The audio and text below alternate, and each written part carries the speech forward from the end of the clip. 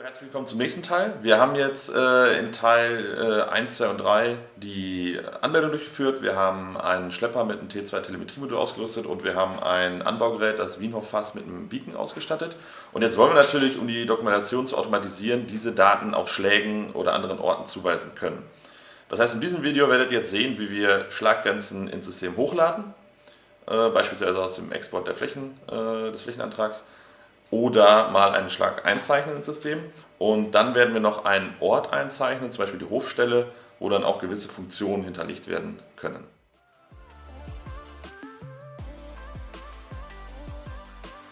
Wie wir sehen, sind jetzt hier noch keine Schlaggrenzen im System, und um die reinzuladen, gehen wir hier links in der Menüleiste auf Felder und dann kommen wir in die Feldverwaltung. So, hier rechts gibt es zwei Symbole: Feldgrenzen importieren und exportieren. Wir wollen jetzt natürlich importieren. Mit einem Klick darauf öffnet sich der Importdialog. So, als erstes wähle ich die Datei aus. Das ist eine ZIP-Datei, zum Beispiel von einem Shapefile oder ein .gml. Dann importiere ich die einmal hier ins System.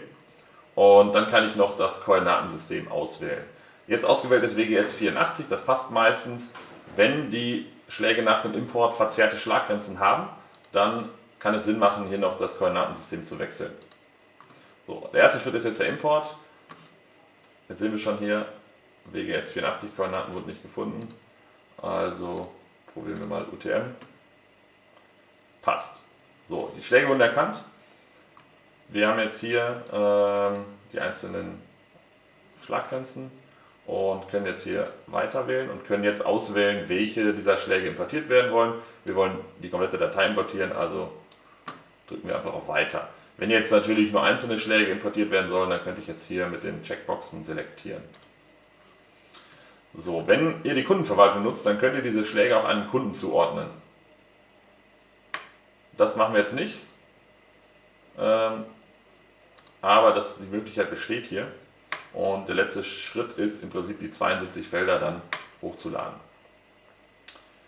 Wenn ihr die Schläge einem Kunden zuordnet, dann kann man dem Kunden auch eine Farbe zuweisen, sodass man die Schläge in der Karte nachher schön farblich unterscheiden kann. Das nur als kleinen Hinweis. So, Hochladen ist abgeschlossen, die Schläge sind importiert.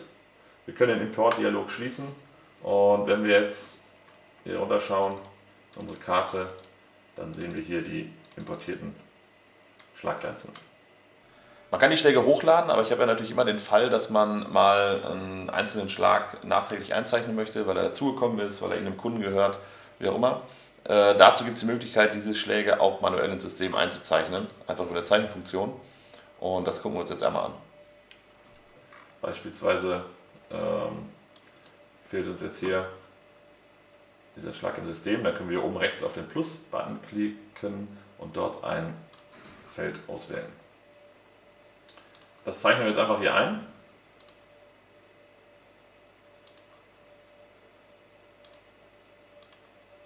Anschließend können wir einen Namen vergeben.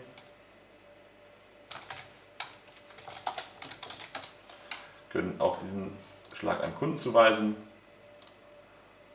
und gegebenenfalls noch einen Kommentar setzen. Speichern. So, jetzt ist der Schlag gespeichert und steht auch genauso wie die anderen Schläge zur Auswertung zur Verfügung.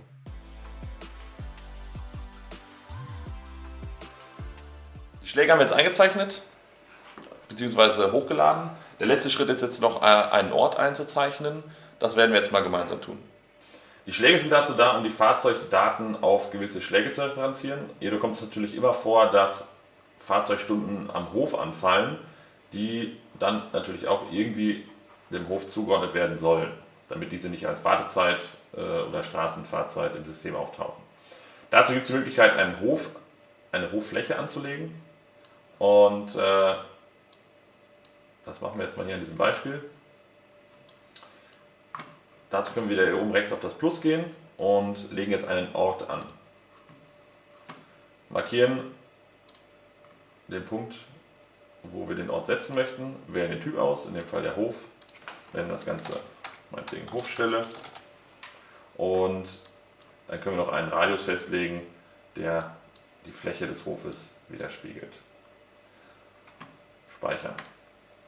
So, wir haben jetzt die Hofstelle angelegt und alle Maschinenstunden, immer wenn die Maschine läuft, die in diesem Radius stattfinden, werden anschließend in der Arbeitsvorbereitungszeit in die Datenauswertung mit einbezogen.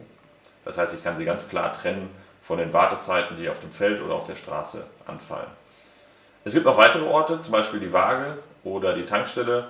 Hier sind auch weitere Funktionen hinterlegt. Zum Beispiel bekommt der Fahrer eine Aufforderung, eine Wiegung durchzuführen, wenn er mit dem Schlepper und der aktiven App auf die Waage fährt, oder die getankte Menge zu hinterlegen, wenn er auf die Tankstelle fährt.